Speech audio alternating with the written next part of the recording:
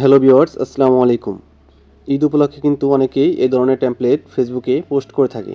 তো আপনি চাইলে কিন্তু এই ধরনের টেমপ্লেট আপনার ছবি দিয়ে খুব সহজেই বানিয়ে নিতে পারবেন। আজকের ভিডিওতে সেই সম্পূর্ণ প্রসেসটাই দেখাবো। তো চলুন শুরু করি আজকের ভিডিও।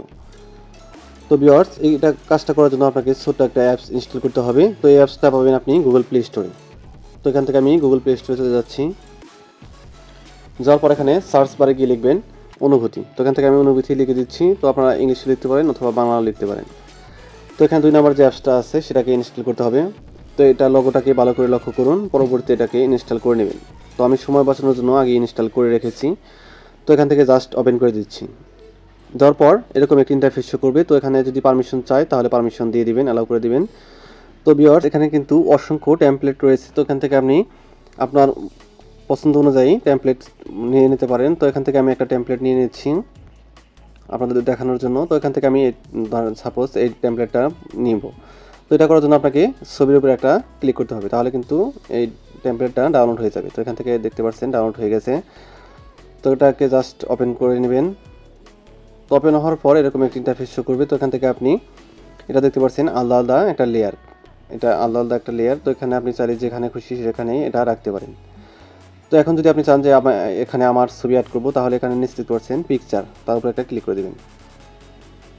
তারপর এখানে একটা অ্যাড শো করতে পারে। তো এখান থেকে আপনি অ্যাডটা দেখার পর এখান থেকে স্কিপ করে দিবেন। তো এখান থেকে আমি স্কিপ করে দিচ্ছি। তারপর এখানে উপরে দেখতে পাচ্ছেন চেঞ্জ পিকচার, তারপর একটা ক্লিক করে দিবেন। তার নিচে আবার আসবে গ্যালারি, তার উপর একটা ক্লিক করবেন। তো এখান থেকে আপনি একটা ছবি সিলেক্ট করে দিবেন আপনার পছন্দ অনুযায়ী। আপনি যে ছবিটা দিয়ে আপনার ট্যাবলেট তৈরি করতে চান সেই ছবিটা এখানে দিয়ে দিবেন। তো এখানে আমি আমার ছবিটা দিয়ে দিচ্ছি। তো এখান থেকে আমি ছবিটা সিলেক্ট করে নিয়েছি। তো সিলেক্ট করার পর এখানে দেখতে পাচ্ছেন ডোন্ট ক্রপ বা ক্রপ। তো এখান থেকে আপনি ক্রপ করে নিতে পারেন অথবা ডোন্ট ক্রপ করেও নিতে পারেন। তো এখান থেকে আমি জাস্ট ডোন্ট ক্রপের উপরে ক্লিক করে দিচ্ছি। একটু লোডিং হচ্ছে, হওয়ার পর এরকম একটি ইন্টারফেস শো করবে। তো এখানে দেখতে পাচ্ছেন এটা কিন্তু আলাদা আলাদা লেয়ার হয়ে গেছে। এটা কিন্তু আপনি যেখানে খুশি সেখানেই রাখতে পারবেন, কারণ এটা আলাদা আলাদা লেয়ার।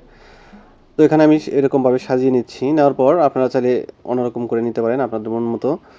তো এটা যদি আপনি চান যে আমি লেখাটাকে একটু বোল্ড করব, তাহলে এখান থেকে আপনি টেক্সট যে আছে টেক্সট আইকনের উপরে ক্লিক করে দেবেন। তাহলে এখানে আসার পর এখানে দেখতে পাচ্ছেন বি যে লেখাটা, সেটার উপরে একটা ক্লিক করলে কিন্তু লেখাটা বোল্ড হয়ে যাবে। তার ডান পাশে আছে আই বাটন, সেটার উপরে ক্লিক করলে কিন্তু এটা বাঁকা হয়ে যাবে।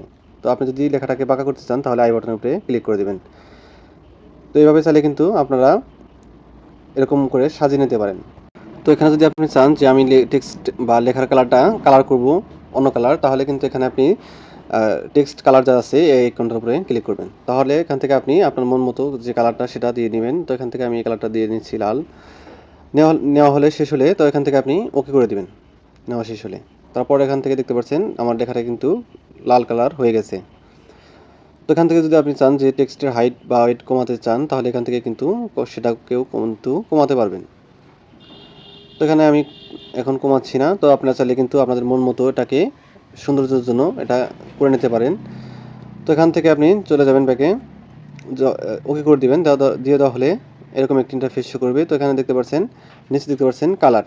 তো এখানে কালারের উপরে একটা ক্লিক করে দিবেন। তারপর নিচে দেখতে পাচ্ছেন বর্ডার, তো এর উপরে একটা ক্লিক করে দিবেন। তারপর আবারও বর্ডারে ক্লিক করে দিবেন। সরি, বর্ডারের নিচে যে সুইচ আইকন আছে সেটা তুলে দিবেন, তাহলে কিন্তু এরকম একটা অপশন আসবে। এটা আসার পর এখানে নিচে দেখতে পাচ্ছেন সিলেক্ট কালার। তো এখান থেকে আপনি সিলেক্ট কালার দিয়ে দিবেন। তো এখান থেকে আমি একটা কালার দিয়ে দিচ্ছি। তো ভিউয়ার্স, এই কালারটা দিলে কিন্তু আপনার যে ছবিটা আছে বা টেমপ্লেটটা যে আছে তার চতুর্পাশে কিন্তু একটা বর্ডার হবে। তো দেখতে পাচ্ছেন যে আমি সবুজ একটা কালার দিয়েছি, সেই কালার অনুযায়ী কিন্তু আমার একটা বর্ডার হয়ে গেছে।